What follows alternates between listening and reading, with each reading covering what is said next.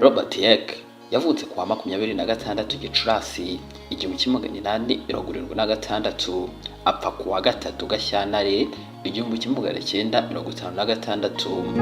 Yari umunyamerika w'umuhanga mu bumenyi bw'imitekerereze psychology. Azwi cyane kubera ubushakashatsi bwe ku bipimo by'ubwenge ibizwi nka IQ test, imitekerereze y'inyamaswa ndetse n'itegeko ryitwa Yeck-Dodson ryerekana isano iri hagati y'urwego rw'ubushake ibizwi nka arousal ndetse n'imikorere y'umuntu. Ndabasuje kandi mbaye ikaze mu kiganiro cyacu Psychology for Better Life. Ni mu gace twahariye kuvuga ku mateka y'abahanga babayeho cyane cyane ubumenyi bw'imitekerereze psychology. Uno munsi wa none rero tugiye kurebera hamwe umuhanga uzwi nka Robert Yeck uko yagize uruhare mu guteza imbere ubumenyi bw'imitekerereze ndetse n'ibindi bigiye bitandukanye byamuranze. Iyo bakusanyije kandi ugiye kubibagezaho ndi Muhire Psychologist. Mbaye ikaze kuri channel kandi mbasaba gukora subscribe kugira ngo tujye tubana mu byo tubategurira byose. Igihe cy'intambara ya mbere y'isi ubwo Robert Yeck yari perezida w'ishyirahamwe ry'abanyamerika biga imitekerereze American Psychological Association, Yeck yayoboye igikorwa cyo gukora ibizamini by'ubwenge byiswe Army Alpha ndetse na Army Beta. Ibi ngibi byakoreshejwe ku ngabo za Amerika. Ibi bizamini byaje gukoreshwa n'abasirikare bagera kuri 2 miliyoni. Nubwo Yeck yizeraga ko ibyo bizamini bipima ubwenge karemano ibizwi nka native intelligence, ubushakashatsi bwaje kugaragaza ko ubumenyi umuntu afite, imyigire ye ndetse n'aho yakuriye bigira uruhare runini cyane mu buryo atsindamo ibyo bizamini. Muri iyi minsi ibipimo by'ubwenge bimaze kujya mu bikorwa bikakaye byo kubisuzuma ndetse no kubinenga kubera aho byakomotse hifashishwa imyumvire ishingiye ku ivangura. Uyu nguyu Yeck kandi azwi ko yari umwe mu bantu bazwi cyane bashyigikiye igitekerezo cy'ivangura rishingiye ku moko ibizwi nka eugenics, aho yigeze gushyigikira imipaka ikomeye kubimukira mu rwego rwo gukumira gusaza kw'amoko nk'uko yabyitaga. Muri iki gihe iyi myumvire yamaganywe burundu nk'ivangura. Mu bikorwa Yeck Robert azwiho bikomeye harimo nko gukora ibizamini bipima ubwenge, harimo ubushakashatsi ku myitwarire y'inyamaswa, harimo itegeko rya Yeck-Dodson, harimo kandi gushinga laboratwari y'ubushakashatsi ku nyamaswa. Yeck yakuriye mu mujyi wa Briggsville muri leta ya Pennsylvania. Yize muri kaminuza ya Arizona ashaka kuzakora ubuvuzi. Nyuma yo kurangiza mu 1997 yahawe amahirwe yo gukomeza muri Harvard University mu ishami ry'ubumenyi bw'ibinyabuzima. Ahangaha rero ni naho yakunze ubushakashatsi ku myitwarire y'inyamaswa, ahitamo kwibanda kuri comparative psychology cyangwa se siyanse yiga imitekerereze itandukanye inyamaswa ndetse n'ikiremwa muntu. Mu 1992 yabonye impamyabumenyi y'ikirenga PhD mu bumenyi bw'imitekerereze. Mu 1917 yabaye perezida w'ishyirahamwe ry'abahanga mu bijyanye n'imitekerereze American Psychological Association. Mu ntambara ya mbere y'isi yayoboye gahunda yo gukoresha ubumenyi bw'imitekerereze mu gutoranya abashobora inshingano zidasanzwe mu bya gisirikare. Yagize uruhare rukomeye cyane mu gukora ibizamini bya Army Alpha ndetse na Army Beta byakoreshejwe ku ngabo miliyoni nyinshi. Robert Yeck yagize uruhare runini cyane mu iterambere ry'ubushakashatsi ku nyamaswa. Yashinze laboratwari ya mbere y'ibanze mu bijyanye n'inyamaswa primates muri Leta Zunze Ubumwe za Amerika. Ayobora kuva mu 1929 kugeza mu 1941. Iyo laboratwari yaje kwitwa Yeck's National Primates Research Center.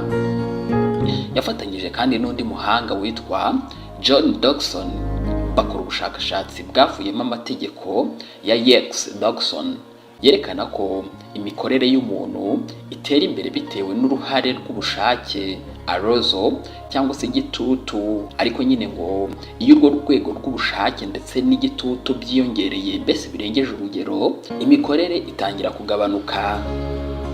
Nubwo Yeg yakoze byinshi byagize akamaro cyane mu guteza imbere ubumenyi bw'imitekerereze, uburyo yakoresheje ibizamini bya IQ nk'ishingiro ry'imyumvire y'ivangura bigaragaza igice gisa n'ikizira mu mateka ye. Aho hari isomo rikomeye cyane. Kuba umuntu ashobora gukora ibyiza ku kintu kimwe, imyumvire ya Yeg ntishobora kwakirwa cyangwa se guhabwa ijambo mu muryango w'abashakashatsi b'iki gihe. Mu bikorwa bikomeye yanditseho harimo A Point Scale for Measuring Mental Ability mu 1915, harimo The Mental Life of Monkey and Apes mu 1916, harimo Psychological Examining in the United States Army mu 1921, Chimpanzee A Laboratory Colony mu 1943. Mu gihe cy'intambara y'isi na nyuma yayo, igitekerezo cyo gupima ubwenge cyakomeje gukoreshwa n'abafashwe nk'abahanga, ariko kinifashishwa na bamwe bashakaga gushyigikira amategeko akarishye kubimukira, ahanini hashingiwe ku byavuye muri ibyo bizamini. Hari aho ibyo bizamini byagiye bikoreshwa mu buryo bupfobya abantu bakomoka mu bihugu bitandukanye cyangwa se mu moko atari ay'abazungu b'i Burayi. Mu by'ukuri hari ibibazo bikomeye cyane byagaragaye mu isesengura ry'ibyo bizamini. Ibibazo byinshi byajyaga bibaza ku bumenyi bufitanye isano n'umuco w'Abanyamerika gusa, bigatuma abaturuka ahandi batsindwa. Si uko bari injiji, ahubwo ari uko batamenyereye iyo myigire. Ibi ngibi ni ingingo zikomeye cyane ku bihugu nk'u Rwanda, aho ibizamini byakoreshejwe kenshi byatanzwe hadashingiye ku ndangagaciro n'imyumvire y'aho abantu bakomoka, bikagira ingaruka mbi ku mibereho n'amahirwe y'abaturage. Mu buryo bubabaje, Robert Yeg yari mu bantu bafite uruhare mu guteza imbere iyo myumvire yitwaje ibyo bipimo by'ubwenge karemano by'abantu. Iyi myumvire uko yagiye yamaganwa uko imyaka yicuma ni isomo rikomeye cyane ku bashakashatsi b'iki gihe. Ubushakashatsi bwose burya bugomba gushingira ku ndangagaciro z'ukuri, kurwanya ivangura ndetse no kubaha uburenganzira bwa muntu aho buva bukagera hose. Rero hari isomo dushobora gukura muri aya mateka ya Robert Yeg. Mu Rwanda, aho igihugu cyagize amateka akomeye cyane y'ivangura ryageze kuri jenoside yakorewe abatutsi mu 1994, amateka nk'aya ya Yeg adufasha gusobanukirwa neza ingaruka z'imyumvire ishingiye ku bwenge butitondewe iyo buhuye n'inyungu za politiki. Ibi ngibi rero biratwibutsa ko ubushakashatsi n'ibipimo bigomba gushyirwaho bikita ku muntu wese nk'ingirakamaro, aho kumupima hakurikijwe aho akomoka, ururimi cyangwa se uburyo yamenyemo isi.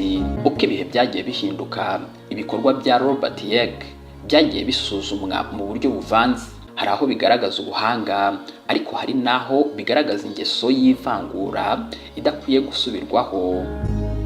Kuri ubu ngubu hashyizweho amategeko n'imyumvire y'ubunyamwuga igamije ko ubushakashatsi bwose bwubahiriza amahame y'uburinganire ndetse n'ubutabera kuri bose. Ndimo gana ku musozo w'iki kiganiro.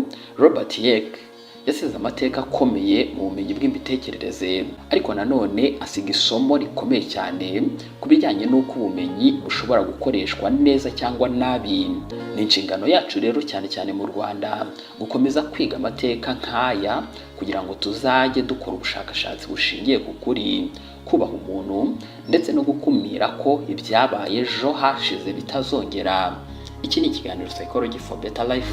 Twagarutse ku mateka ya Robert Yeg, umuhanga wabayeho mu by'imitekerereze ya muntu. Ngewe bakusanyirije kandi ubona bibagezagaho, nari Muhire Psychologist.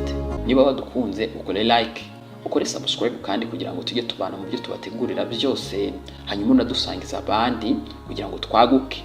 Ufite igitekerezo cyangwa se inyunganizi, twandikire muri comment, ubundi dukomeze tubane turyoherwe n'ubumenyi bwiza tugenda tubategurira. Ikiganiro cyacu cyo nakagaruka. Ciao ciao.